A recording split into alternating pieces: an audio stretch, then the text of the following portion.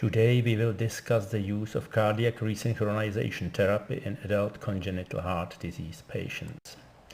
The purpose of this review is to give you an overview on current CRT recommendations and their use in adult congenital heart disease populations, and to review the results in specific ACHD types. The indications for the use of cardiac resynchronization therapy in adult and idiopathic and ischemic cardiomyopathy have significantly evolved over the last decade. They now include as Class 1 indication the New York Heart Association function Class 2 patients as well, requiring again the criterion of the left ventricular ejection fraction less than 35% and a QRS duration of more or equal 150 milliseconds, being on optimal medical therapy.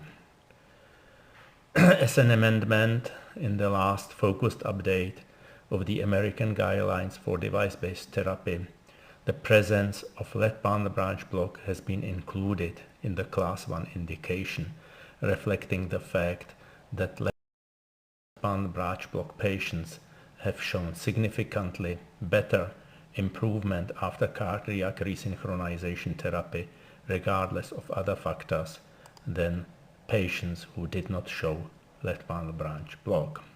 In fact, patients without left bundle branch block did not improve regardless of other criteria. Newer results have also shown that cardiac resynchronization therapy is obviously not helpful in patients who don't have significant electrical dysynchrony reflected as a QRS complex duration of less than 120 milliseconds. The recently published Lectur trial has shown that time to first hospitalization for heart failure was not different between those who had cardiac resynchronization therapy on or off while having a narrow QRS complex. Thus the debate that was taken out for many years regarding the use and the usefulness of cardiac resynchronization in narrow QRS patients is obviously coming to its end. The first congenital heart disease CRT report was published by Rodriguez Cruz in 2001, and it was a patient who got biventricular pacing as an alternative therapy for dilated cardiomyopathy associated with congenital heart. The usefulness of CRT in the pediatric and congenital heart disease population has been so far documented in multiple small and 3 larger retrospective non-randomized studies. This is further studied by Dubin from 2005, which was a multi-center survey. The response was defined as increase in ejection fraction. There were 103 patients included. Second, a single-center study by Frank Cechin, published 2009, comprising of 60 patients. Response definition as increase in EF or decrease in New York Heart Association class.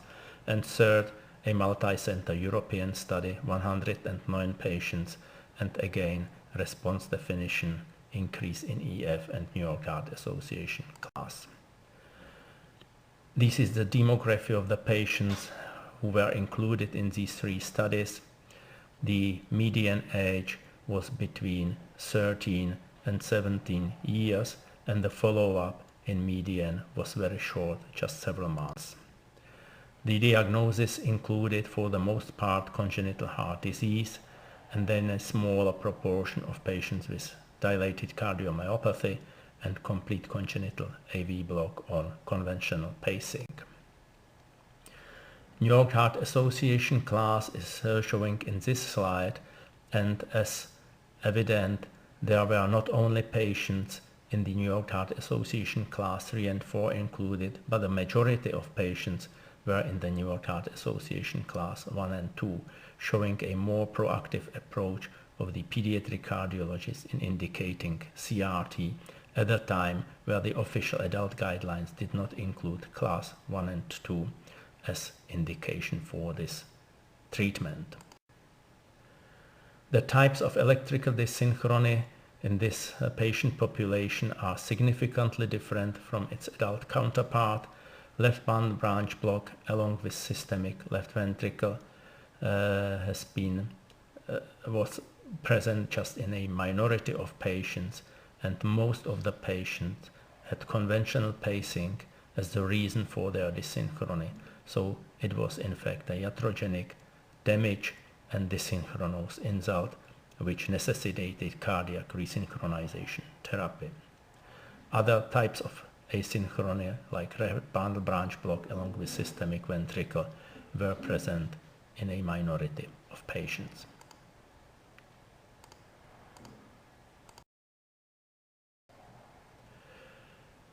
What did the results have shown?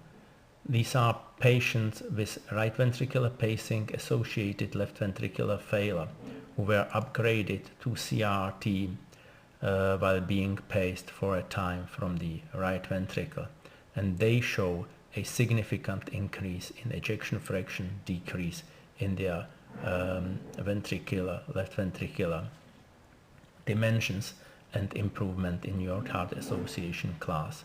And these improvements are greater if this group is compared with all other patients in this specific European study. So one may say that upgrading from RV pacing while having a systemic LV carries a major response to cardiac resynchronization. Systemic ventricular morphology was not uniform in the congenital heart disease CRT studies. Most of the patients had systemic left ventricle, but there were significant proportions of patients having systemic right ventricle or single ventricle. A study by Gerhard Paul Diller has looked what could be the proportion of patients indicated to CRT in populations with detransposition of the great arteries after Senning and Mustard repair and complete and corrected congenital transposition of great arteries, and they have found that approximately 9.3% of those with TGA and 6.1% of those with CCTGA would be indicated if we would take as indication a QRS duration of more than 120 milliseconds and New York Heart Association class 2 and more. This is the first study looking at the results of CRT application in patients with systemic RV, and this study has shown that CRT is consistently increasing the contractility of the systemic right ventricle in terms of right ventricular DPDT. These are data before implant, after implant, at the end of follow-up. Consequently, the right ventricular fractional area of change is increased, but what did not improve in fact was right ventricular size or the grade of tricuspid regurgitation. So basically the therapy improved contractility but did not lead to reverse remodeling in terms of right ventricular size. Another study by Joubert, published 2009, has looked at the use of CRT again in systemic RV, 5 mustard Senning patients, 2 CCTGA patients, and what this study could show that as compared to baseline, New York Heart Association class has improved in this patient population, and maximum oxygen consumption during exercise testing has also improved. So they could confirm clinical improvement after CRT in systemic RV. This is the data from the 3 larger congenital heart disease CRT studies showing the proportion of responders and non-responders in the systemic RV group, and 2 studies have reported majority of responders in the study by Cechin. The majority did not respond to CRT in this patient population. And last not least, the European study has looked at the difference between systemic LV and RV in terms of response to CRT, and could state that there was a major difference in terms of better improvement in the systemic LV group regarding reverse remodeling and decrease of size of the systemic ventricle, and there was a trend towards better improvement of systemic ventricular ejection fraction in the patients with systemic LV. Thus, systemic RV patients will not respond probably as well to cardiac resynchronization as systemic LV patients. What about resynchronizing the single ventricle? This is the statement from the Frank Sechin group from Boston. Our approach to this group has evolved over time, but a high importance was placed on obtaining maximal distance between the two leads and aiming for the midventricular regions rather than the base.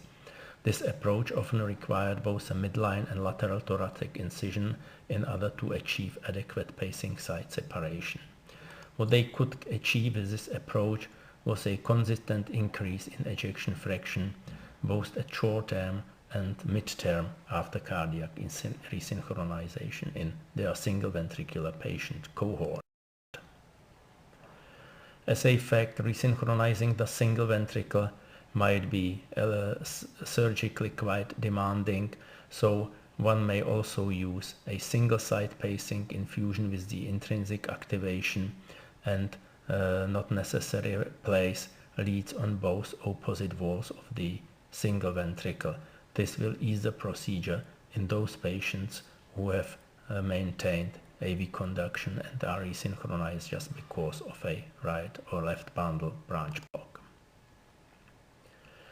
Data from the adult patients have shown that the effect of single site left ventricular pacing infusion with the intrinsic activation and biventricular pacing have not been different if fusion could be achieved from pacing from the single site from the systemic ventricle. Contractile function will be maximized if optimal fusion between septal wall activation, intrinsic conduction and free wall activation pacing is achieved. Thus again, use of single site pacing as resynchronization therapy might be useful in selected patients. What about subpulmonary right ventricle? An acute hemodynamic study by N. Dubin could show that in patients with RV dysfunction and right bundle branch block, cardiac resynchronization of the right ventricle can shorten QRS duration, improve cardiac index, and improve right ventricular DPDT. This is another acute hemodynamic study by the group from Bordeaux, and they could show that both RV pacing and biventricular pacing will improve right ventricular function in patients after repair of tetralogy or fault, but only biventricular pacing will as well improve left ventricular function, and they have suggested to use biventricular pacing in this patient cohort. This is the effect how the subpulmonary right ventricle will respond to resynchronization. These are 6 cycles recorded. The first 3 cycles are in spontaneous rhythm with right bundle branch block. The second 3 cycles are resynchronized by right ventricular free wall pacing infusion with the spontaneous activation, and they have a narrow QRS complex. And what's evident from the movie is that the resynchronization completely changes the septal motion and resynchronizes the right ventricular contraction. The septal flash disappears after resynchronization. You can see it in the last 3 cycles starting from now. Again, non-synchronized, synchronized, non-synchronized, synchronized. What about the lead positioning? There are data from the adult patients that there is a correlation between the extent of left ventricular lead electrical delay and change in DPDT. So translated into simple language, if you place the lead at a site which is late in the local electrical activation timing, you will get a better CRT result, which is obvious because we need to resynchronize the late activated portion of the systemic ventricular myocardium if we resynchronize the systemic ventricle. What we do during the implantations is searching for the latest local electrical activation during baseline rhythm. This is done with a pacemaker programmer analyzer, and this is the electrogram from the resynchronized systemic ventricular free wall. In this case it was a systemic right ventricle, and you can see the timing of the local activation with respect to the QRS complex, and it's obvious that the activation is very late even after the end of QRS, and the placement of the lead here in this late activated site was quite successful in resynchronizing this particular patient. Data. So to summarize this talk, cardiac resynchronization therapy in adult congenital heart disease and congenital heart disease in general is used in heterogeneous anatomic and functional substrates. It is used frequently also in mildly symptomatic heart failure, including New York Heart Association 2 and even Class 1 patients. It has high efficacy in specific situations like right ventricular pacing associated LV failure, and non-uniform effects in others like in systemic RV patients or significant ventricular patients. The value of permanent subpulmonary RV resynchronization is so far unknown, but it may be a therapy that will be used in the future for subpulmonary RV failure.